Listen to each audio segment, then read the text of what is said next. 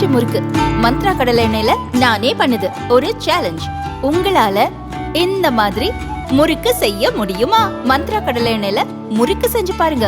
Okay. Daily எனக்கு இந்த constipation problem. உங்க பிரச்சனைகளை கட்டுப்படுத்த லயன் டேட் சிரப் தினமும் 2 ஸ்பூன். மாதம்பட்டியில் ஓர் அற்புதம். பரிபூர்ணாஸ் ஐஸ்வர்யம் சீனியர்ஸ் லிவிங் பாரடைஸ். Phone 994329 99940.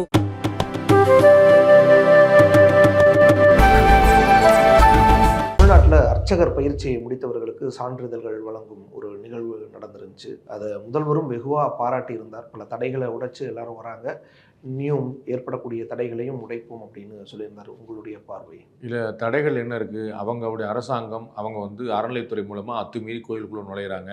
அதன் மூலமாக எல்லா வேலையும் செஞ்சுட்டு இருக்கிறாங்க. அறநிலைத்துறையுடைய வேலையே அர்ச்சகர் கிடையாது.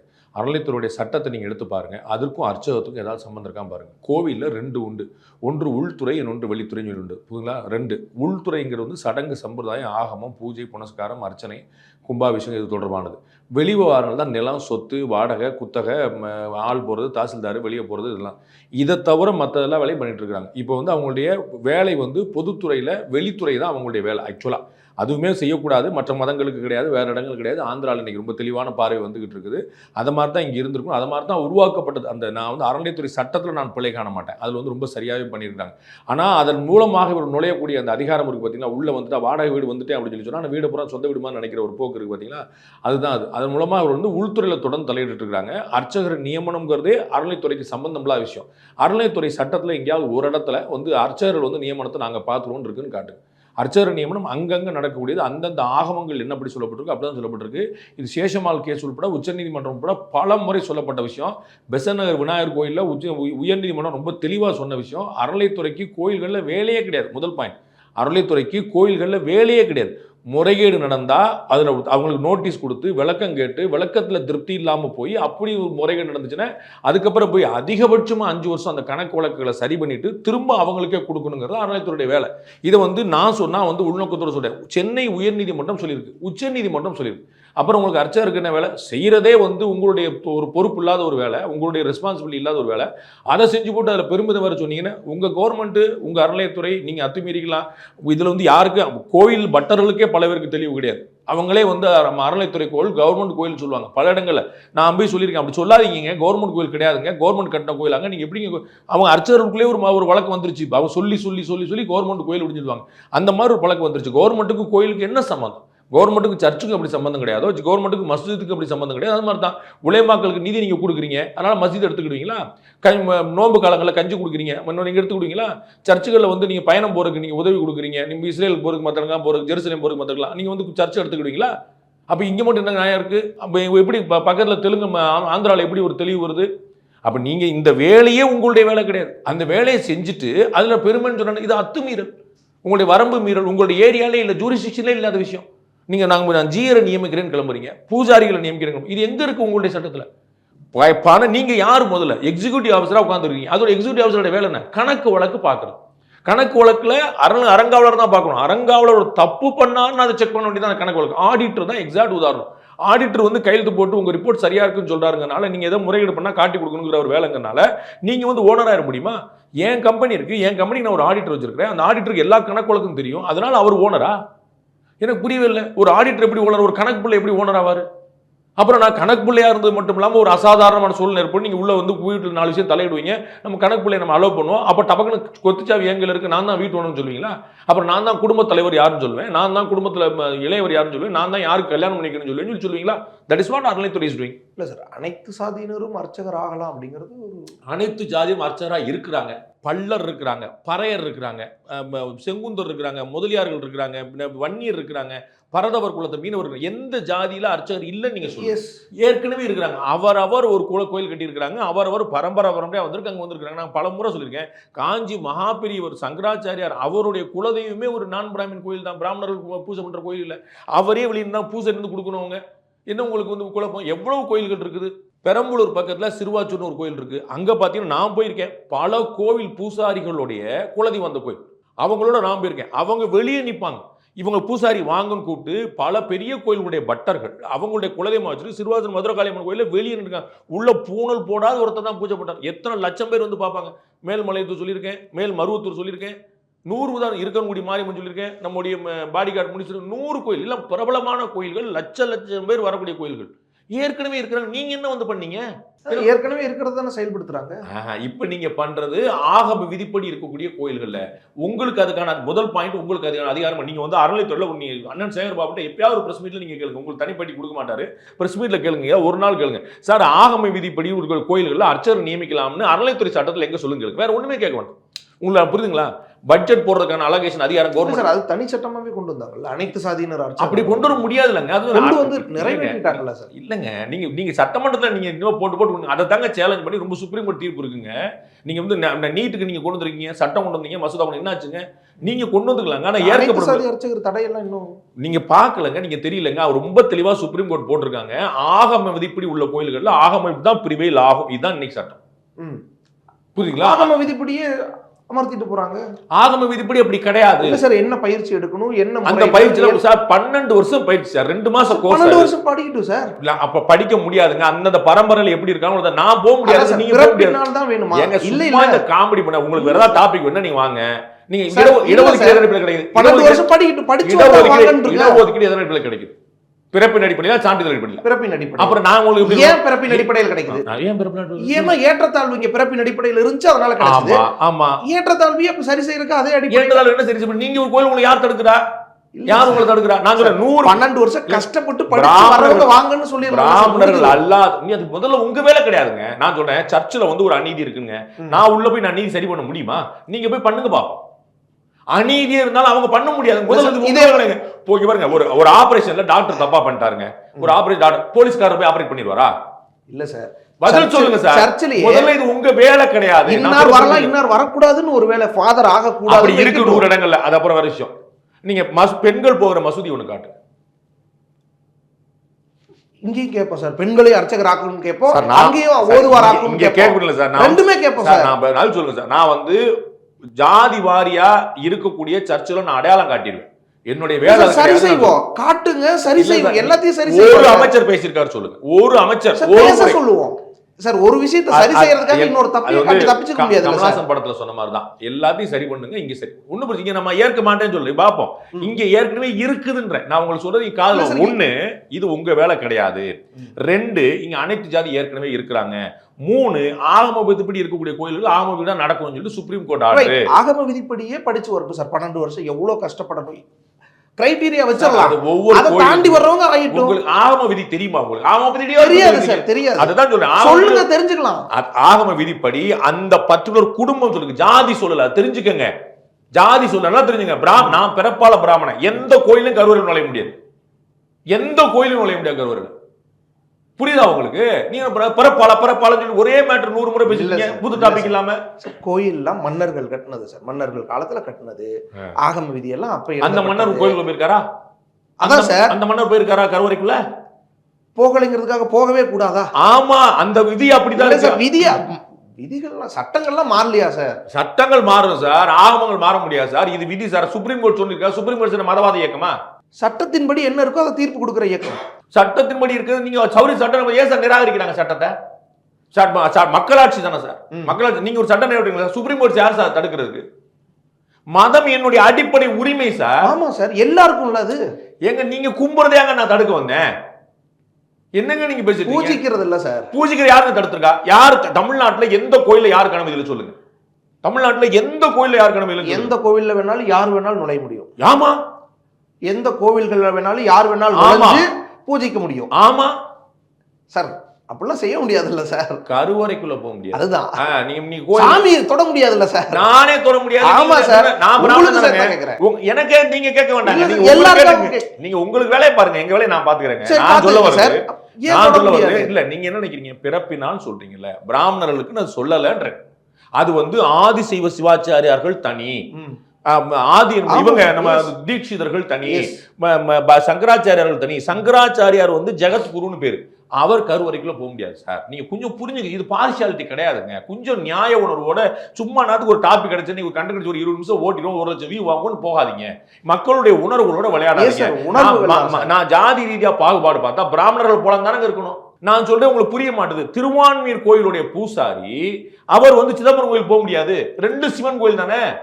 ஸ்ரீரங்கம் ரங்கநாதர் கோயில் பூசாரி ஆண்டாள் கோயிலுக்கு போக முடியாது, திரும்ப நம்ம பார்சாரி கோயிலுக்கு போக முடியாது. ஏன்னா அதுக்குன்னு ஒரு படிப்பு இருக்கு, அதுக்குன்னு ஒரு கற்றல் முறை இருக்கு.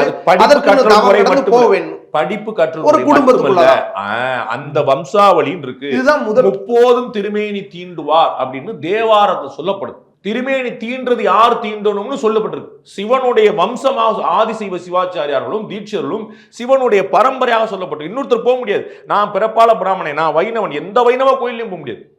சைவ கோயில் விட்டுருங்க, வைணவ கோயில் எங்க ஊர் ஆண்டாள் கோயில் கருவறை ஆண்டாளமா கதறேன் இல்லை சார். நான் 51 ஆண்டாள் சனி சார், என் வீட்டு அட்ரஸ் ஆண்டாள் சனி, எங்க எதிர்த்த வீடு சார் எங்க அம்மா. நான் கருவறைக்குள்ள போக முடியாது சார். அந்த ஊர்லயே பிறந்து வளர்ந்து அரசு மருத்துவத்தில் பிறந்து உருண்டிருக்கேன் சார், தெருத்துருவா. அப்ப இது பாரபட்சமா சார்? இது பிறப்புனால வர்றதா சார்? இது அந்த 13 குடும்பம் தான். அது வந்து வம்சாவம்சமா வருது. திருமணம் மாத்தி பண்ண முடியாது. என்ன நீங்க சொல்லிட்டு இருக்கீங்க? பாரபட்சம் பாக்குறான் ஏதோ உங்களை விட மாட்டேன்னு சொல்லி என்னை விட மாட்டேன் மாதிரியோ. நீங்க என்ன ஜாதி வெளியே நின்னுக்குங்க. இப்ப பாண்டே ஐயர் உள்ள வாங்க கிடையாது, எங்கேயுமே கிடையாது. நான் உங்களுக்கு இதோட தெளிவா சொல்ல முடியும். ஒரு கபாலீஸ்வரர் கோயில் பூசாரி இன்னொரு சிவன் கோயில பூஜை பண்ண முடியாதுன்றேன். அவரே பூஜாரி, அவர் இன்னொரு கோயில பண்ண முடியாது.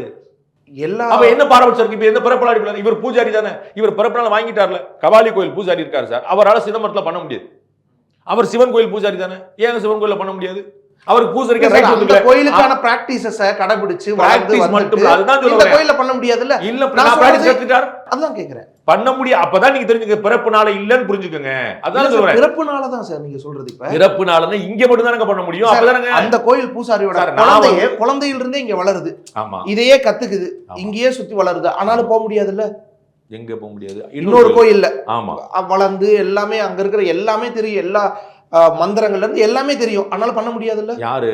இந்த கோயிலினுடைய அந்த பூசாரியினுடைய அவர் பூசாரியே பண்ண முடியாது. பூசாரி குழந்தை ஆனா சின்ன வயசுல இருந்து நினைவு தெரிஞ்சதுல இருந்து இங்கதான் வளருது, எல்லாம் கத்துக்கிட்டு பண்ண முடியாது. அப்ப பிறப்பினால தானே சார்? ஆமான்ற பிறப்புல பாகுபாடு கிடையாது. நீங்க சொல்ல அவங்களுக்கு புரிஞ்சுக்கங்க. நீங்க அனைத்து ஜாதி எழுதி வைக்கப்பட்டுச்சு, அது அவ்வளவுதான், மாத்த முடியாது. ஆமா, நீங்க அனைத்து ஜாதின்னு சொல்றது மூலமா என்ன கொண்டு வர ட்ரை பண்றீங்க? இதுதான் பாகுபாடு ட்ரை பண்றீங்க. அப்ப நான் என்ன சொல்றேன், பிராமணர்களையே போக முடியாது. ஒண்ணு அவங்களுக்குமே பாகுபாடு இருக்குன்னு புரிஞ்சுப்பாங்க. இல்ல, இது வந்து எல்லாருக்குமே தெரியும். இது விதிப்படி விடணும். அதான் சார், விதிதானே. எனக்கு வந்து ஒரு நாளைக்கு 1 லட்சம் வியூ வருது, நான் தான் சிஎம் சொல்ல முடியுமா? இல்ல சார், விதிதானே சார். ஒரு காலத்துல தெருவுக்குள்ள நடக்காத, ஊர் தெருவுக்குள்ள நடக்காதுங்கிறது விதி. கோவில் தெருவுக்குள்ள நடக்காதுங்கிறது விதி. கோயில் வெளியில நின்னு சாமி கும்பிடுன்னு ஒரு குரூப், கோவிலுக்குள்ள இந்த இடம் வரைக்கும் வரலான்னு ஒரு குரூப், கருவறைக்கு முன்னாடி வரைக்கும் வரலான்னு ஒரு குரூப். இன்னைக்கு எல்லாமே உடைஞ்சிருக்குல்ல, எல்லா விதிகளும் உடைஞ்சிருக்குல்ல. இதுல எதை வந்து திமுக செஞ்சது, திக செஞ்சதுன்னு சொல்லு. அவங்க எதுவுமே செய்யல சார். உடைஞ்சிருக்கா இல்லையா? பெருமை தேடினவர் யார் சார்? பெருமை தேடுறாங்க. இல்லங்க, நீங்க வாங்க, நீங்க எதுக்கு பேசுறீங்க? அனைத்து எங்க ஆரம்பிச்சு பாயிண்ட்க்கு வாங்க. நீங்க சௌரிக்கு ஓடுற வேலை ஏன்டா சொல்றீங்க? சரியா இருக்குல்ல சார். ஒவ்வொன்னா சரி பண்ணது யாருன்னு சொல்லுங்க. சரி பண்ணது யாருன்னு சொல்லுங்க. ஒரு பேர் ராஜாஜியே சரி பண்ணா ஓகேவா? அப்ப ராஜாஜி யாரு? அவர்தான் சார். உங்களுக்கு குள்ளுகப்பட்டவர் நீங்க சொன்னீங்க, கேள்வி அவர்தான் சரி பண்ணணுமா கேக்குறேன். நீங்க பண்ணீங்களான்னு கேக்குறேன். நான் இது பெருமை. அவர் என்ன தமிழக முதலமைச்சர் பெருமை தேடுறாரு. நாங்க உடைத்தெறிந்தோம், தகர்த்தெறிந்தோம், இனிமேலும் செய்வோம். எல்லாரையும் சேர்த்துக்கிறார். நீங்க நாங்கன்னா இந்த விஷயங்களை செய்யறவர் பெருமையில நீங்க பெருமை தேடிக்கிறீங்க, அடுத்தவருடைய செயலுக்கு பெருமை தேடிக்கிறீங்க. தெருவுக்குள்ள வர வேண்டாம் நீங்கல்ல, வந்தோம் சார். ஒவ்வொன்னா சொல்றாருல, யாரும் எல்லாரையும் தனக்குள்ள அரவணைக்கிறாரு. கொஞ்சம் பொறுப்பு, கொஞ்சம் ரெஸ்பான்சிபிலிட்டி, கொஞ்சம். திகவும் திமுகவும் செய்த ஒரு சம்பவம் சொல்லுங்க. நான் வந்து பெரும் புரட்சிலாம் 100லாம் செய்யணும், ஒரே ஒரு சம்பவம் சொல்லுங்க. இங்க சமூக மாற்றம் நடந்திருக்குல்ல சார். சார் நான் பேர் யார் வேணாலும் வச்சுக்கலாம் சார். இங்க பாரு, நீங்க என்ன சொல்லி தெரியுமா? யாருனாலும் செய்யல சார். நாங்க எங்க ஸ்டிக்கர் ஓட்டிக்கலாம். அவங்க பெருமை தேடி கூடாது. செஞ்சுக்கிட்டு தேடுங்க. நான் எங்க பெருமை? நீங்க ஃபர்ஸ்ட் பிரைஸ் வாங்கினா ஃபர்ஸ்ட் பிரைஸ் சொல்லுவேன். யாரோ ஒருத்தர் ஃபர்ஸ்ட் பிரைஸ், நீங்க வந்து கப்ப வாடகைக்கு வாங்கிட்டு நீங்க சொல்லுவீங்களா? யாரோ ஃபர்ஸ்ட் பிரைஸ் வாங்கி, அந்த ஃபர்ஸ்ட் பிரைஸ் தானே இப்ப முக்கியம். அதுதானே நம்ம பாராட்டத்தக்க விஷயம். பிரைஸ் செஞ்சது ராஜாஜியோட ஆட்சி காலம். ஃபர்ஸ்ட் பிரைஸ் செஞ்சது வைத்தியநாத ஐயர். மதுரை கோயில்ல பாதுகாப்பு துணைந்து பசும்பொன் முத்துராமலிங்க தேவர். 3ல ஒருத்தர் கூட திராவிடத்துக்கு சம்பந்தம் கிடையாது, திராவிடத்துக்கு எதிர்ப்பா இருந்தவங்க. நான் கேட்கறது, ஆசிரியர் வீரமணி, ஐயா பெரியார், கலைஞர், யாராவது ஒருத்தர் தமிழ்நாட்டுல ஒரு கோயில் நுழைவு போராட்டம் நடத்த நீங்க சொல்லுங்க. நான் கேட்கறது விதிகளை உடைச்சிருக்கோம். விதிகளை நீங்க உடைக்கல. ராஜாஜியும் எங்க ஆளுங்க வச்சு பேசல சார். விதிகளை நீங்க ராஜாஜியையும் நான் எங்காலும் நினைச்சு பேசுறேன் நாங்க உடைச்சிருக்கோம் பாக்குறவங்க அப்படின்னு இப்ப முதல்வர் கேக்குறாரு. பாக்குறவங்க வந்து நீங்க ராஜாஜி உங்களால நினைச்சு பேசுறேன் மக்கள் வந்து பயங்கரமா பேசுறாங்க. சமூக மாற்றத்துக்கு யாரெல்லாம் வேலை செஞ்சாலும் எல்லா வேலையை எப்படிங்கறத பேசணும். சந்தர்ப்பங்கள்லயும் சமூக மாற்றத்துக்கு முன் நின்றவர்களை தான் நீங்க எடுத்துட்டு இருக்கீங்க. நீங்க அவங்களுக்கு வந்து ஒரு அடையாளப்படுத்தி அவங்களை ஒரு ஜாதியா பண்ணிட்டு நீங்க வந்து பண்ணிட்டு இருக்கீங்க. ஆனா நீங்க என்ன செஞ்சிருக்கீங்க கேளுங்க. நீங்க செஞ்சிருக்கணும் ஒரு தான் செஞ்சிருக்கணும். நீ இந்த சமூக புரட்சிக்கு வித்துட்டவர் நான் சார். மகாத்மா காந்தி செய்யவும் கூட மகாத்மா காந்தி சுதந்திரம் வாங்கி கொடுத்தாரு. அவர் தான் வாங்கி கொடுத்தாரா? அவர் கையில வாங்கினாரா? ஏகப்பட்ட பேர். ஆனா அவர் பங்களிச்சிருக்கிறார். அதை மறுக்க முடியல. நீங்க பங்களிச்சீங்கன்னு சொல்லுங்க. நான் சொல்றதான் சொல்றேன். நீங்க பங்களிக்கல. நாடு முழுக்க போராடுறாங்க, நீங்களும் போராடுங்க. ஓகே, நீங்க என்ன செஞ்சீங்கன்னு சொல்லுங்கன்ற. பங்களிக்கலங்கிறது உங்களுடைய கருத்து. அப்புறம் அதை பத்தி பேசாதீங்க. அவங்கள பத்தி நான் பேசல சார். வேணுமா வேணாமான்னு கேக்குறேன். இது அடுத்த கட்டம் தானே. நகரம் தானே. ஆமா சார். ஏற்கனவே எல்லா கோயில்களுக்கும் வரது நல்லது தானே. சமத்துவம் தானே. இல்லங்க, மதத்துக்கு நல்லது தானே. இல்லங்க, கலாட்டா சேனல் ஓனர் யார் நான் தீர்மானிக்க முடியாதுங்க. இவ்வளவுதாங்க நான் சொல்லுவேன். அப்போ கோயில் ஓனர்ஸ் அவங்க எல்லாம் கோயிலுக்கு பூசாரிகள். அதான் அவங்க தான் ஓனர்கள். வந்து அரங்காவலர் குழு மாத்தி மாத்தி நியமிக்கப்படும். அரங்காவலர் குழு நியமிச்சிருக்கீங்க. அதுதானே உங்க வேலை செஞ்சிருக்கீங்களா? அது இப்ப அறநிலையத்துறை ஆயிடுச்சு. எது அறநிலையத்துறை ஆகும்? எது அறநிலையத்துறை ஆகும்? அத மடக்கி வரவிடாம தடுக்கிற அறநிலையத்துறை. Right sir. அறநிலையத்துறை கிடையாது. கோவில் ஒரு நபரின் ஒரு குடும்பத்தினுடைய தனி சொத்து கிடையாது. ஒரு பைசா சொத்து கிடையாது. ஒரு பைசா சொத்து கிடையாது. என்ன சார் மரம் யாருக்கெல்லாம் அந்த இதுல இல்ல. அதற்கு வந்து ஒரு அரங்காவலர்கள் குழு நியமனம் சட்டமே. நீங்க சொன்னீங்களே சட்டம் சட்டம் சட்டம், அந்த சட்டம் சொல்லுது அரங்காவலர் குழு நியமிச்சிருக்கீங்களா? உங்களுடைய வேலையை செஞ்சிருக்கீங்களா சார்? ஆடிட் பண்ணிருக்கீங்களா சார்? அக்கவுண்ட் பண்ணிருக்கீங்களா சார்? சிலை திருட்ட தடுத்துருக்கீங்களா சார்? சிலை எங்க இருக்கு கண்டுபிடிச்சிருக்கீங்களா சார்? உங்களுக்கு சொன்ன வேலையை செய்யாம நீங்க உட்கார்ந்து கலவரத்தை ஏற்பாடு பண்ணிட்டு இருக்கீங்க. இந்த பக்கம் திரும்பி நீங்க அப்புறம் நீங்க சாமி கும்பிடலாம், யார் வேணாலும் பூஜிக்கலாம்னு சொன்னா கலவரம் வந்துருமா? அதன் மூலமாக சமுதாயத்துல ஒரு அண்டர்ஸ்டாண்ட் கிரியேட் பண்ண ட்ரை பண்றீங்க. நீங்க ட்ரை பண்றீங்க. ஏன்னா சமூகத்துல ஒரு இடத்துல கூட கோபம் கிடையாது. எல்லாரும் சந்தோஷமா கூப்பிடுறாங்க. எல்லாரும் சந்தோஷமா தான் படிக்கிறாங்க, படிக்க முன் வராங்க.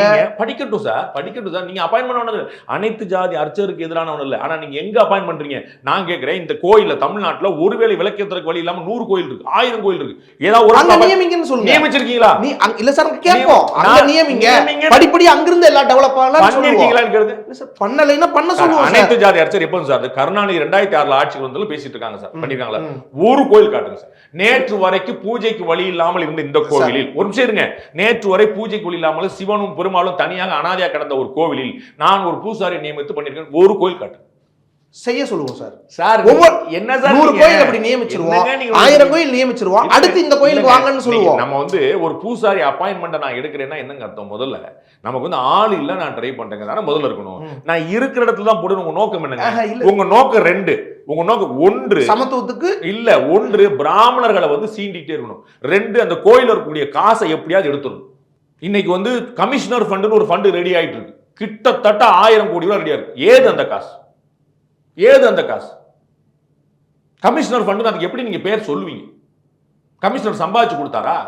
இல்லாட்டி கவர்மெண்ட்ல இருந்து போடுறீங்களா? கோவில்கள்ல இருந்து எடுத்து வச்சுக்கிட்டு நீங்க கமிஷன் பண்ணி அது உங்களுக்கு பொது பண்ணுறது நீங்க வேற சொல்லுவீங்க. அதுல வந்து ஒரு காலேஜ், அதுல ஒரு ஸ்கூல வேற நம்ம செஞ்சுட்டு இருப்பீங்க. அப்ப உங்களுடைய வேலையை பூரா மாத்தி பண்ணிட்டு இருக்கீங்க. திருப்பதி கோயிலையும் தான் தேவஸ்தானம் இருக்குது. பக்கம் நம்ம ஊர்ல 2 கோயில் போய் எட்டி பாருங்க. நீங்க திருப்பதி ஆபீஸ்ல ஒரு கோயில் இருக்கு டீனர்ல, தாயார் கோயில் இருக்கு டீனர்ல, 2 போய் பாருங்க எப்படி இருக்குன்னு. அந்த மெயின்டெனன்ஸ் நீங்க தமிழ்நாடு ஒரு கோயில காட்டிருக்கீங்களா சார்? அதெல்லாம் செய்ய சொல்லுங்க. சமத்துவத்துக்கான உங்களுடைய வேலையை செய்யாம நீங்க செய்றீங்கன்னா திசை திருப்புற நோக்கம் அர்த்தம். உங்களுக்கு நான் வந்து சார் உங்களை வந்து ஒரு செக்யூரிட்டி அப்பாயின்மெண்ட், உங்களை ஆடிட்டராகவே அப்பாயின்ட் பண்ணியிருக்கேன். நான் வந்து ஆடிட்டர் அப்பாயின்ட் பண்ணால் நீங்கள் கணக்கு வழக்கு பார்க்கறத விட்டுட்டு நீங்கள் அந்த பொண்ணு கல்யாணம் பண்ணி வச்சிருக்க கூடாது, இந்த மாப்பிள்ள சரியில்லைன்னா என்ன சார் அர்த்தம்? இல்லை சார், ஏன்னா ஆடிட் அவங்க வர்றதுக்கு நோக்கம் அது மட்டுமே இல்லைன்னு அர்த்தம். அங்க சமத்துவம் கோயிலுக்குள்ள விடாம இருந்தாங்க. இந்த ஒவ்வொரு படிநிலைக்கு நான் சொன்ன நீங்க கவனிக்க மாட்டீங்க. ஆடிட்டருக்கு அந்த வேலை கிடையாது. ஆமா சார், ஆடிட்டரா மட்டும் வரல, பல குளறுபடிகள் இருக்கு அப்படின்ற அடிப்படையில தான் வராங்க. நான் சொன்னேன் சுப்ரீம் கோர்ட் ஆர்டர் காட்டிருக்கேன் சேஷமால் கேஸ்ல. தமிழ்நாட்டுல பெசன்ட் நகர்ல, சென்னையில பெசன்ட் நகர்ல விநாயகர் கோயில்ல ஹைகோர்ட்டுடைய ஆர்டர் காட்டி நீங்க சொல்லுங்க. நான் சொன்ன மென்ஷன் பண்ணி சொல்றேன். சேஷமால் கேஸ் மென்ஷன் பண்றேன், பெசன்ட் நகர் கோயில் மென்ஷன் பண்றேன். சிதம்பரம் கோயில் அறநிலையத்துறை நேரடி கண்ட்ரோல்ல இல்லதான். ஆமா, எந்த கோயிலும் கிடையாது, இருக்கக்கூடாது தான். ஆனா இன்னும் நிறைய பிரச்சனை இருந்துட்டு இருக்கு. என்ன பிரச்சனை சொல்லுங்க? உள்ள கனக சபை மேல கூட ஏறக்கூடாதுன்னு பிரச்சனை பண்றதா சொல்றாங்க. பிராமணர்கள் ஏறலாம், மத்த ஏறக்கூடாது இருக்காங்களா? நீங்க வந்து இது யாராவது கனக சபை கிரிக்கெட் விளையாண்டுட்டு இருக்க பிரச்சனை வந்துச்சு. ஒரு நிமிஷம் இருங்க. கனக சபை பத்தி பேசும்போது ஒண்ணுனா பேசுவாங்க, அப்படியே ஓடாதீங்க. கனக சபையில ஏறக்கூடாது இருக்காங்க, பிராமணர்கள் ஏறலாம், மத்த ஏறக்கூடாது இருக்காங்களா? அப்ப ஒரு நாள் ஏறக்கூடாதுன்னு எல்லாமே பக்தர்கள் ஏறக்கூடாதுன்னு இருக்காங்க. ஆமாங்க, பக்தர்கள் பிராமண பக்தர்கள் நான் பிராமண பக்தர்களா இல்ல சார், பக்தர்கள் பாகுபாடு எங்க இருக்கு? பக்தர்கள்ட்ட பாகுபாடு காட்டுறாங்க. ஒரு நிமிஷம், கோயில்ல வந்து ஊஞ்சல் இருக்குங்க, மூலவரம் மூடி இருப்பாங்க, கண்ணாடி உற்சவம் நடக்கும் அங்க போடுவாங்க, தெப்ப உற்சவம் நடக்கும் அங்க இருக்குங்க. அப்போ ஒரு நாள் வந்து மூடி இருக்கும். ஸ்ரீரங்கம் பெருமாள் கோயில் போங்க, தைல காப்பன் போட்டு பாதி பெருமாளை மூடி இருப்பாங்க. என்னங்க பாதி பெருமாளை மூடி வச்சிருக்கீங்க, சண்டை போடுவீங்களா சார்? கோயிலுக்குள்ள அடுத்த வாரம் சார் கனகசபை உறிஞ்சு உள்வாங்க. கனக சபையில நீங்க ஏற விட மாட்டேன், கோர்ட் வரை எல்லாரும் பேசிட்டு இருக்கீங்க. யாரை ஏற விடலாம் சொல்லுங்க?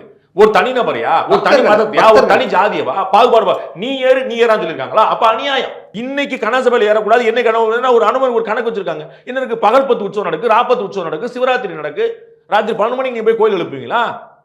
அப்போ அது ஒரு முறை இருக்குது. நாங்க சிவனை கும்பிட மாட்டோம், ராத்திரி 12 மணிக்கு கதவு திறந்து சொல்லுவீங்களா? ஜக்கி வாசுதேவ் 12 மணிக்கு கதவு திறந்து வச்சிருக்காரு, நீங்க வந்து கபாலீஸ்வரர் கோயில 12 மணிக்கு கதவு திறந்துங்களா? 12 மணிக்கு கோயில் நடை திறக்கிற ஆகமத்துல இல்ல. ஆனா நியூ இயர்க்கெல்லாம் திறக்கறாங்க. எங்க திறக்கறாங்க? எங்க திறக்கறாங்க சொல்லுங்க. கோயில்கள்ல நடக்குது. எங்க சொல்லுங்க, ஒரு கோயில் சொல்லுங்க சார். சும்மா பேச. திருப்பதி தேவஸ்தான கோயில் திறக்குங்க. அது கோயில் கிடையாது, ஆபீஸ். ஆபீஸ்ல உள்ள பெருமாள் தெரிஞ்சுக்கங்க. பார்சாய் பெருமாள் கோயில் திறந்திருக்காங்களா? கபாலீஸ்வரர் கோயில் திறந்திருக்காங்களா? நான் சொல்ற ஆபத்து உள்ள கோயில் திறந்திருக்காங்களா சொல்லுங்க. ஏதோ தெரியாம வந்து சும்மா பல கோயில் பெரும்பாலும் நியூ இயர் ஆனா நைட் அந்த செய்தி வந்துருது இல்ல? எந்த கோயில் செய்தி? நான் பேர் சொன்னேன், நீங்க பேர் சொல்லுங்க. நான் ஒரு பேர் சொன்னேன் சார். நான் கபாலீஸ்வரர் கோயில் போனசம் திறந்தாங்கன்னு சொல்லுங்க, பார்சாய் கோயில் போனசம் திறந்தாங்கன்னு சொல்லுங்க, ஸ்ரீரங்க ரங்கநாதர் திறந்தாங்கன்னு சொல்லுங்க, பேர் சொல்லுங்க. எதுக்கு பல கோயில் பெரும்பாலான? என்ன இப்படி பெரும்பாலான? நான் திருப்பதி தேவஸ்தானத்துல தீநகர் கோயில பண்றாங்க. ஏன்னா அது கோவில் கிடையாது, அது வந்து ஆபீஸ். ஆபீஸ்ல ஒரு பெருமாள் வச்சாங்க, நம்ம எல்லாம் மதிக்கிறோம். நம்ம வந்து சாமி போட்டோ போட்டாலும் மதிக்கிற குரூப். அப்புறம் எங்க இருக்கு? ஆகமத்தான் சொல்லிட்டு இருக்கேன். கிரிக்கெட் விளையாடுறாங்க. எங்க ஊர் கோவில்ல, ஸ்ரீவில்லிபுத்தூர் ஆண்டாள் கோயில்ல வவ்வால் ஓடி நாங்க வந்து எல்லா கள்ளம் போலீஸ் விளையாட்டு நாங்க விளையாடிக்கோம் 100 முறை. அன்னைக்கு ஆள் இல்ல, வேலை இல்ல, மதிய கேப்பு 100 நான் விளையாடுறேன். அப்படியே விளையாண்டுருப்பேன். டே ரங்கராஜா வாடா, பெருமாள் ஏழை பண்றாங்க, அங்க போய் சாமி தூக்குறதுக்கு ஆள் இருக்கா, போய் எடுத்துடுவோம். இன்னைக்கு J J J J J இருக்கு எங்க அம்மா. அப்ப ஓடுனது அப்ப வவ்வால் ஏன் போச்சு, கோயில் ஏன் போச்சு எனக்கு புரியல. கிரிக்கெட் விளையாடுற குத்தமா? அவ்வளவு பெரிய இடம் சிதம்பரம் கோயில் நீங்க போயிருக்கீங்களா? அவ்வளவு பெரிய இடம். ஓர் பெருமாள் மலையை பால் விட்டு விளையாண்டாங்க. எங்க உங்க ஐயர் வந்து விளையாண்டா உங்களுக்கு இதா இருக்கா? உங்களுக்கு கிரிக்கெட் விளையாடுற இடமா கேக்குறீங்க? அது ஆபாசமா நடந்துச்சா சார்? இல்ல சார், எவ்வளவு பக்தர்களினுடைய போறதே அந்த ஊர்க்காரங்களை விட்டுருங்க சார். பல ஊர்கள்ல இருந்து தவறு போவாங்கல்ல, போகணும்னு எவ்வளவு நாள் வேண்டி போவாங்க. அந்த கோயிலுக்குள்ள கிரிக்கெட் விளையாடிட்டு இருக்காங்கன்றதெல்லாம் எவ்வளவு பக்தர்கள் எங்களுக்கு தெரியும் சார். நான் சொல்றேன் எங்களுக்கு சார். திருவானைக்காவல் ஜம்புகேஸ்வரர் கோயில், ஸ்ரீரங்கம் ரங்கநாத பெருமாள் கோயில், அங்க பாத்தீங்கன்னா 7 பிரகாரம் 8 பிரகாரம் இருக்கும். அதுக்குள்ள வீடே இருக்கும். ஆமா, அதுக்குள்ள தண்ணி அடிக்கிறான், தம் அடிக்கிறான், போலீஸ் ஸ்டேஷன் இருக்கு, அத்தனையுமே இருக்குது. என்ன செய்ய சொல்றீங்க? பிரகாரத்துக்குள்ள வீடுகள் இருக்குது. எல்லாத்துக்கும் எவாக்குவேட் பண்ணீங்களா? இல்ல சார், ஊர்களை சுத்தி கோபுரங்கள் இருக்கிற அந்த கோயில்கள் விடும். கோயில் கட்டமைப்புக்குள்ளேயே கிரிக்கெட் விளையாடுறது. கோயில் கட்டமைப்பு தான் நான் பேசியிருக்கேன். என்ன சார் நீங்க? நான் வந்து அதுதான் பெரிய கோயில்களை சொல்றேன், உங்களுக்கு விளங்காதுங்கிறக்காக தான். நம்ம இதுல மதுரை மீனாட்சி கோயில் பாருங்க, அதுக்குள்ள கடை வச்சிருக்காங்க சார். அதை சாப்பிடுறேன் சார், துப்புவான் சார். அதையே எதிர்க்கிறோம். கிரிக்கெட் எல்லா கடை காலையில எல்லா கடை அது கிரிக்கெட் விளையாடுறது ஓகேவா? எல்லா கடை அதுக்காக கிரிக்கெட் விளையாடுறது சரி கிடையாது சார், கப்பே கிடையாது சார். நான் சொல்றேன், கோவில் கோபுர காம்பவுண்ட் வால்குள்ள கடை வச்சிருக்கான், வீடு வச்சிருக்கான், எச்சி துப்புறான், குளிக்கிறான், லெட்டின் டாய்லெட் போறான். நான் சொல்ல உங்களுக்கு விளங்க மாட்டுது. டாய்லெட் இருக்குது, ஹோட்டல் இருக்கு, லாட்ஜ் இருக்குது. இன்னும் எங்க அண்ணன் மாதிரி எங்க யார் வேணாலும் விளையாடலாமா சார்? அப்ப யாருமே விளையாடக்கூடாதுங்க. விளையாடுறது குத்தம் கிடையாதுங்க. நான் சொல்ல வரேங்க சார், விளையாடுறது குத்தம் இல்ல, விளையாடுறாங்க. இப்ப யார் வேணாலும் விளையாடலாமா? ஏங்க அது சாதாரண நிகழ்வுங்க. நீங்க உங்களுக்கு வந்து கூச்சமா இல்லையாங்க ஒரு விஷயத்தை தெரிஞ்சுக்க கேக்குறேன். தெரிஞ்சுக்க யார் வேணாலும் விளையாடலாமா? அப்ப தாராளம் விளையாடலாங்க, தாராளம் விளையாடலாங்க. ஏதாவது உங்களுக்கு ஒரு இஷ்யூ வந்து எவ்வளவு கிடைக்கும்? டோன்ட் யூ ஃபீல் ஒரு பலவீனமா நீங்க உணரலையா? நம்ம ஒரு நல்ல கேள்வியே இல்லைன்னு. இல்ல சார், கண்டிப்பா உணர்றேன். ஏன்னா இப்படியான விஷயத்தை நம்ம பாலியல் வன்புணர்ச்சிக்கு இதுல கோயில்களுக்குள்ளேயே ஜிஹெச் போய் கொலை பண்ணிட்டு இருக்காங்க, ஜிஹெச் போய் கட்டி வச்சு குத்தி அத கேக்குற வழியே கோயில்களுக்குள்ளேயே கோயிலுக்குள்ள என்ன நடந்துச்சு? அதுவும் நடந்துச்சு. சேலத்துல டாக்டர் வந்து குடிச்சு போட்டு பேசிட்டு இருக்காரு. உங்களால கண்ட்ரோல் பண்ண முடியுதா? டியூட்டி டாக்டர் போலீஸ் வந்து அடிக்க வர்றாரு. நான் ஒரு வாரம் முன்னாடி உங்களால கண்ட்ரோல் பண்ண முடியும். என்ன கண்ட்ரோல் வச்சிருக்கீங்க? சட்டம் ஒழுங்கு கண்ட்ரோல் வச்சிருக்கீங்கன்னு சொல்லுங்க. நீங்க பண்ண வேண்டிய ஏதாவது நீங்க செய்றீங்கன்னு சொல்லுங்க. பள்ளிக்கூடம் கவர்மெண்ட் பள்ளிக்கூடம் சூப்பரா இருக்கணும், 10 பள்ளிக்கூடம் காட்டுங்க. இடிஞ்ச கட்டடத்துக்கு மறுசீரமைப்பு பண்ணிருக்கோம்னு சொல்லுங்க. ரோட்ல ஒரு ஸ்கூல் இல்லைன்னு சொல்லுங்க, மரத்தடியில ஒரு ஸ்கூல் இல்லைன்னு சொல்லுங்க. நீங்க மனசாட்சியோட சொல்லுங்க. செய்ய வேண்டிய வேலைகள் நீங்க போய் எங்க பண்ணிட்டு இருக்கீங்க? அதான் நான் சொல்றேன். உங்களுக்கு ஒரு வேலை ஒண்ணு இதுவும் தானே சார். பிரையாரிட்டி பாருங்க. எனக்கு சாப்பாட்டு வழி இல்ல, அங்க சட்டை வழி இல்ல. சட்டையும் வேணும் தான். சாப்பாடா சட்டையான்னு பேசுங்க. சாப்பாடை போட்டு சட்டை பத்தி பேசுங்க. நான் உனக்கு கருப்பு சட்டை மாட்டிடுவேன், சண்டை நான் கருப்பு சட்டை போட மாட்டேன். நீ எப்படி போட மாட்டேன் சார்? முதல்ல சோறு போடுங்க சார், அப்புறம் நீங்க வந்து கூறு போடுங்க சார். அதை ஏன் சார் செஞ்சுட்டு இருக்கீங்க? இங்க நீங்க முதல்ல அடிப்படை தேவை நிறைவேற்றி வைங்க சார். இன்னொன்னு, இப்போ இது ஒரு மத சீர்திருத்தமா ஒரு மதத்துல ஒரு புரட்சியா இன்னும் மதத்தை செழுமையடைய செய்யறதா பார்க்க கூடாதா? ராமானுஜரை போல ஒரு அவரை மத போல- சீர்திருத்தவாதி அவரை போல- யாரும் கிடையாதுன்னு அவரை கலைஞர் போலவே சொல்லியிருக்காரு. இதுவும் இல்லையா? அவர் பார்த்து அந்தந்த மதத்தை சீர்திருத்தம் அவங்க பண்ணிக்கிடுவாங்க. அதான் சார். நம்ம இஸ்லாத்துல வஹாபிசம் ஒண்ணு இருக்கு சரிங்களா, தர்கா வந்து ஏற்கிறவங்க இருக்கிறாங்க, மசூதி ஏற்கிறவங்க இருக்கிறாங்க, தர்காவை ஏற்காதவங்க இருக்கிறாங்க. ஒவ்வொரு சில விஷயங்களை சிற்குன்னு சொல்லுவாங்க, அவங்களுக்குள்ள இருக்கு. அதை அவர்கள் பார்த்துக் கொள்வார்கள், உங்க வேலை இல்லை. இதைத்தான் நான் சொல்றேன். மத சீர்திருத்தம் காலகாலமா நடந்துட்டு இருக்கு. ராமானுஜர் நீங்க கூட தீக்காக்காரரா? எல்லாரையுமே பிராமணர்னாரு, பூணூல் போட்டு எல்லாரையுமே பிராமணராக்க வைணவராக்க பார்த்தாரு. அந்த புரட்சியை செஞ்சாரு. பிராமணர் வேற வைணவர் வேற, உங்க தகவலுக்கு. எஸ், பிராமணராக்க பார்த்தார், வைணவராக்க பார்த்தார். அதுல எல்லாருமே சமம்னு பூணூல் எல்லாம் போட்டு. உங்களுக்கு அதான் தெரியாதுன்னா தெரிஞ்சுக்கோங்க. அப்படியா என்ன சார் கேளுங்க, தப்பு கிடையாது. பிராமணர் வேற வைணவர் வேற. வைணவர்ல பிராமணர் ஒரு வகை, வைணவர்ல பிராமணர் ஒரு அதுல வகை. பெருமாளத்துலர பின்பற்றவங்கள்ல ஏற்றத்தாழ்வுகள் நிறைய இருக்கு, சாதிகள் நிறைய இருக்கு. எல்லாருமே சமம்னு ராமானுஜர். வைணவம் வந்து எல்லாருமே சமம்னு சொல்லுது. அதான் சார், எல்லாருமே சமம். ஆமா, அப்ப அந்த நிலையை நோக்கி எல்லாரையும் நகர்த்தினார். நாங்க நகர்ந்துக்கிறோம் சார், நீங்க உங்க வேலையை பாருங்கன்றேன். நாங்க நகர்ந்து திமுக என்ன பண்ண நான் சொல்லக்கூடாதுல்ல. திமுக வந்து முதலமைச்சர் வந்து துணை முதலமைச்சர் ஸ்டாலின் சொன்ன நான் உதயநிதி ஏதாவது எதிர்த்தேன். நான் ஒரு வார்த்தை நான் சொல்லிருக்கேன், உதயநிதி துணை முதலமைச்சர் எப்படி ஆளான்னு சொல்லி ஒரு வார்த்தை சொல்லிருக்கேன் சொல்லுங்க, ஒரு இடத்த சொல்லிருக்கேன் சொல்லுங்க. உங்க கட்சியோட நான் பேச மாட்டேன். எல்லாருமே இந்துக்கள் தானே சார்? ஆமாங்க, இந்துக்கள் யாருமே பேசலங்க. கட்சிக்காரங்க தவிர யார் பேசுறான்னு சொல்லுங்க. இதை வந்து திமுக தவிர வேற யார் எடுத்திருக்கான்னு சொல்லுங்க. திமுக இருக்கிறவங்கள 90% இந்துக்கள் தான். ஆமா, அவங்க எல்லாம் சார், அவங்க திமுக காரங்க, அவங்க இந்துக்கள் கிடையாது. கோயிலுக்கு போகும்போது தான் இந்துக்கள். நான் வந்து பள்ளி வேலைக்கு வரும்போது நான் அப்பா கிடையாது. வேலைக்கு வரும்போது நான் வந்து சாணக்கியாக்காரன். என் பொண்ணுக்கு தான் நான் அப்பா, உங்களுக்கு நான் அப்பா கிடையாது. உங்களுக்கு நான் வந்து நண்பன். ஒவ்வொருத்தர் என்ன சார் அங்க வந்து அப்பா நீங்க நண்பன் சார், என் பொண்ணுக்கு அப்பா சார், உங்களுக்கு நண்பன் சார். அது மாதிரி அவங்க திமுக காரன், திமுக ஓட்டு அரசாங்கம் செய்யக்கூடாது, தனிநபர்களா அந்தந்த மதம் செய்யும். அதான் சார், அந்தந்த மதத்துல தனிநபர்களா வந்து செஞ்சுக்கலாம். அந்தந்த மதத்துல அவர்களே உருவாவார்கள். அதற்கு தான் பீடங்கள் இருக்குது, அதற்கு தான் ஆச்சாரிய புருஷர்கள் இருக்கிறாங்க, அதற்கு தான் ஆதீனங்கள் இருக்கிறாங்க, அதுக்கு தான் வந்து ஜீயர்கள் இருக்கிறாங்க. அவங்க பார்த்துக்கிடுவாங்க. அப்ப அரசாங்க பதவி வேலையே கிடையாது, உங்க உரிமையே கிடையாது. ஆளுநர் செய்யறாரு. என்ன செஞ்சாரு? ஆளுநர் ரவி பூணூல் போட்டு விட்டார்ல சார். மற்ற சாதியினருக்கு கூட ஒரு நிகழ்வு ஒண்ணு நடந்துருச்சுல, அவங்களே வழக்கமா போடுறவங்க அதுல போய் கலந்துட்டாங்க. நீங்க வந்து தேவையில்லாம உளறாதீங்க. தேவையில்லாம sorry to say this, I have to make this when உளறாதீங்க. பூணல் போட்டு விட்டது வந்து ராமானுஜர் செஞ்சது. அந்த நிகழ்வுல இவர் பூணல் போடல. அந்த நிகழ்வுல பங்கேற்கிறார். பூணல் போடுற ஃபங்க்ஷன் அந்த சமூகம் நடத்துது. இவர் அதுல ஒரு விருந்தினா கலந்துக்கிறார். நாளைக்கு நீங்க ஒரு புத்தகம் வெளியிடுறீங்க, என்ன சீஃப் கெஸ்டா கூப்பிடுறீங்க, அந்த புத்தகத்தை எழுதுனது நானா? அது ரெண்டு கிட்ட அந்த புத்தகத்தை எழுதுனது ஆளுநர் சொல்றதுக்கும் புத்தகத்தை வெளியிட்டவர் ஆளுநர் சொல்றது வாய்ப்பு கிடையாது. நீங்க ஒரு மீடியால கேள்வி கேட்கிறவரா அந்த நிகழ்ச்சியில பங்கேற்றாருக்கும் பூணல் போட்டு விட்டாருங்க பங்கேற்றாரு. நீங்க என்ன சொன்னீங்க? நீங்க என்ன சொன்னீங்க? வாபஸ் வாங்க. இல்ல சார், பங்கேற்றாரு சார். அது சொல்லுங்க, சரி பண்ணுங்க. பங்கேற்றது அத முன்னவர்த்துறது அது ஒரு வேலையான ஆகாதா? முதல்வருக்கு இது வேலையாகாது, இந்த ட்வீட் இப்படி போடக்கூடாது. ஒரு நிமிஷம் கேளுங்க. அந்த சமூக மக்கள் வழக்கமா பூணல் போடுறாங்க, உங்களுக்கு தெரியாது. நீங்க தெரிஞ்சுக்குங்க. நீங்க பிராமணர்கள் மட்டும் பூணல் போடுறாங்க நினைச்சுக்கிட்டு இருக்கீங்க. எல்லாருமே தான் சார், எல்லா சமூகத்திலயும் போடுறாங்க. அததான் சொல்றேன். அப்படி ஒரு சமூகம் போடும்போது அந்த நிகழ்ச்சிக்கு ஒரு சிறப்பு விருந்தினரா கூப்பிடுறாங்க. என்ன தப்பு அதுல உங்களுக்கு? யாரை கூப்பிடணும் நீங்க தான் சொல்லுவீங்களா? அதையும் நீங்க தான் சொல்லுவீங்க. அர்ச்சகர் பயிற்சி முடிச்ச மாணவர்கள் அந்த செய்தியை பகிர்ந்து எல்லா தடையும் நாங்க உடைப்போம். அறநிலையத்துறை நடத்த அவங்க வேலையா அதுன்னு கேட்க, இவ்வளவுதான் நான் கேட்கிறேன். அதான் முதல்ல திரும்பி கரெக்டா அவ்வளவுதான். அது வந்து கவர்னர் வந்து ஸ்பெஷல் கெஸ்டா கூப்பிடுறாங்க. எனக்கு சம்பந்தமே இல்ல. கெஸ்டா கூப்பிடுறாங்க, அழகா பேசுறாரு. மாற்றங்கள்லாம் வேணும், எல்லாரும் வரணும் அப்படின்னு பேசுறாருல, அதை என்கரேஜ் பண்றதானே. முதல்வர் என்கரேஜ் பண்ணட்டுமே, என்ன தப்பு? துணை முதல்வர் என்கரேஜ் பண்ணட்டுமே. முதல்வரும் துணை முதலமைச்சரும் அறநிலையத்துறை அமைச்சர் வந்து எங்க சாட்சியா நிக்கிறார்? சனாதனத்தை ஒழிப்பேங்கிற இடத்துல சாட்சியா நிக்கிறார். துணை முதலமைச்சர் என்ன வார்த்தை பயன்படுத்துறாரு? சனாதனத்தை வந்து அகற்றக்கூடாது, ஒழிக்கணும்ன்றாரு. கோவில் என்னது? எந்த கோயில் சனாதனம் இல்லைன்னு சொல்லுங்க. சனாதனம் அவங்க பார்வையில் அது ஏற்றத்தாழ்வு. அங்க எப்படி நீங்க வருவீங்க? அப்புறம் நான் சொல்றேன், அது வந்து சனாதனத்தை ஒழிப்பேன்னு சொல்லிட்டு ஒரு நிமிஷம் கேளுங்க. சனாதனத்தை ஒழிப்பேன்னு சொல்லக்கூடியவர் நான் வந்து கோயில்ல நுழையிறேன்னு சொல்லி சொன்னா என்ன நோக்கத்தை நுழைவீங்க சொல்லுங்க? ஏற்றத்தாழ்வுகளை ஒழிப்பு, பக்தி எல்லாரும் கொண்டு. சனாதனம்னா ஏற்றத்தாழ்வு எங்கேயா ஒரு இடத்துல காட்டிட்டீங்க, நான் பேட்டியே கொடுக்க மாட்டேன் சார். அவருடைய நான் சொல்ல புரிஞ்சு திரு திருமாவளவன், திரு உதயநிதி ஸ்டாலின், திரு தேவேந்திரன், யாராவது ஒருத்தர் சனாதனம் என்ற வார்த்தைக்கு ஏற்றத்தாழ்வு அர்த்தம் காட்டிட்டீங்க, நான் பேட்டியே கொடுக்க மாட்டேன். வர்ணாசிரம் ஏற்றத்தாழ்வு தானே? யார் சொன்னா? எங்க சொல்லிருக்கு சொல்லுங்க? எங்க சொல்லுங்க? பிறப்புக்கும் எல்லா உயிருக்கும். சரிங்களா? அடுத்த வார்த்தை என்ன? நீங்க இப்ப திருக்குறள் சொல்லணும், நான் கேட்பேன். நான் ஆணையர் விட மாட்டேன் பாத்துங்க. அடுத்த 4 வார்த்தை பிறப்புக்கும் எல்லா உயிருக்கும் திருக்குறள். அடுத்த வார்த்தை சொல்லுங்க. அப்புறம் சிறப்போவா, அப்புறம் சிறப்புவா செய் தொழில் வேற்றுமையான் ஆமா அப்படின்னு என்ன அர்த்தம்? இதத்தான் பகவத்கீதையில சொல்லியிருக்கு. 4 வர்ணத்தை நான் தான் படைச்சேன், ஆனா அவருடைய குணத்தின்படியும் வேலையின்படியும் பாகுபாடு இருக்கு. பிறப்பினால் எங்க சொல்லிருக்காரு நீங்க காட்டுங்க.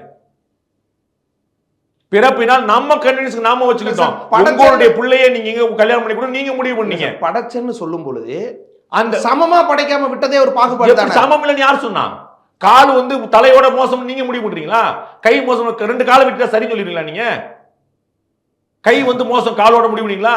கண்ணு வந்து மூக்கோட மூக்கு அரைச்சிட்டா ஒத்துக்கிடுவீங்களா? கண்ணு 2 எல்லாமே தேவை சார். சமூகத்துக்கு எல்லாரும் தேவை. ஆனா யார் யார் எந்தெந்த இடத்துல இருக்கணும்ன்றத எங்க சொல்லிருக்கு? எங்க சொல்லிருக்கு? மேல கால்னாவே அப்ப என்ன சார் அர்த்தம்? கால் கீழ நீங்க கேவலமா நினைக்கிறீங்க. நான் நினைக்கல. இந்த கால் இருக்கு தான் நடக்கிறேன். கால் ஏன் சார் ஏன் என்ன காலா வச்சுங்கிற கேள்விக்கு என்ன? காலை நீ கீழ நினைக்கிறீங்க, நான் நினைக்கல. கீழ நினைக்கல சார். ஏன் என்ன தலைய வைக்காம காலா வச்சீங்க? எங்களுடைய சனாதனத்துல நாங்க வந்து தலைய பார்த்து பாடுறது இல்ல. நாங்க வந்து உன் திருவடி தாழ் தொழுந்து தெய்வம் தொழார் கீழே உளுந்து கால் தான் தெய்வம் தான் கால் தான் எங்களுக்கு. நாங்க வந்து திருமணி சார் ஏன்னா கால் தான் முக்கியம். கால் அப்ப ஏன் தலை முக்கியம் இல்லையா சார்? கால் தான் எல்லாமே சமம் தானே சார்? வைணவத்துக்கு கால் தான் முக்கியம். எல்லாமே சமம் தானே. உடல் தலை எல்லாமே சமம் தானே. அப்புறம் ஏன் கால் மட்டும் முக்கியத்துவம் ஆகுது? ஏன்னா உங்களுக்கு புரியலங்கறனால. அந்த ஏற்றத்தாழ்வுகள்னால தான் சார். அது ஏற்றத்தாழ்வே கிடையாது.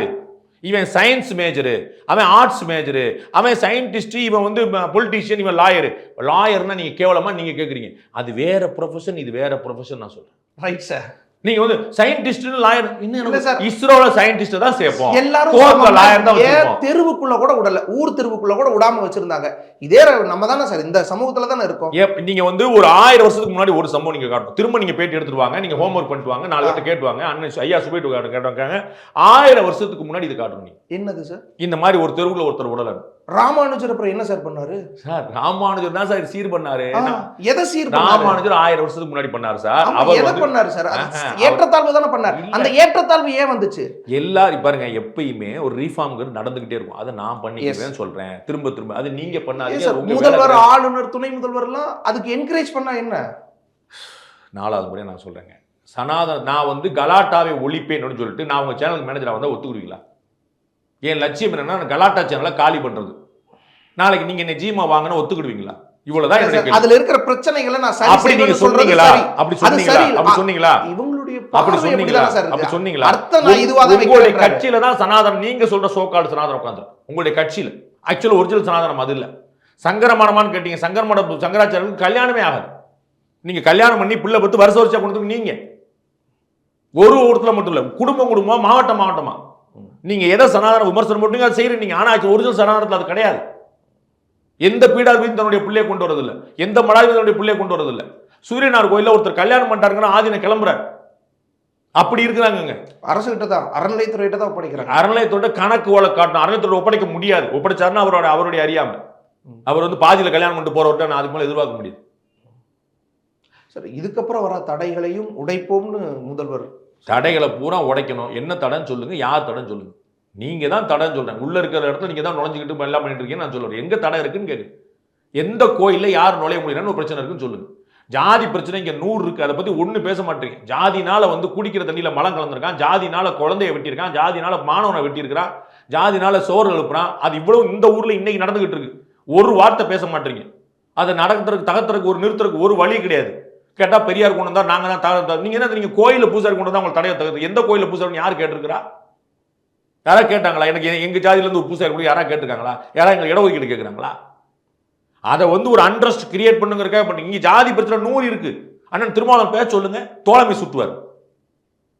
அவருடைய சமூகம் பாதிக்கப்படலன்னு சொல்லி சொல்லுங்க. இந்த 3 அண்ணன் திருமாவளவன் மனசாட்சி தொடரட்டும். அந்த சமூகத்துக்காக கடும் பெருங்குரல் எடுக்கிறவர். இந்த 3 வருஷமா பட்டியலத்தவருக்கு ஒரு அநீதி நடக்கணும்னு சொல்லட்டும். அவர் வேற ஒண்ணுமே நான் வாயே திறக்காம விட்டார். மனசாட்சியோடு சொல்றார். மனசாட்சி பயப்படுவார் நான் நம்புறேன். அண்ணன் திருமாவளவன் சொல்லட்டும், 3 வருஷத்துல ஒரு பிரச்சனை கிடையாதுன்னு சொல்லட்டும். எவ்வளவு படுகொலைகள், எவ்வளவு ஆணவ படுகொலைகள் ஏதாவது தடுத்திருக்கீங்களா? செய்ய வேண்டிய கொலையோட மோசமா இது? அதை தடுக்கிறதுக்கு வழி இல்லை. அன்றாடம் நடந்துகிட்டு இருக்கு. உங்களுடைய வேலை நிறைய இருக்கு சார், அதை வாங்க நீங்க பாருங்கன்ற, அதை அவங்க பார்த்துக்கிடுவாங்கன்ற. நன்றி சார்.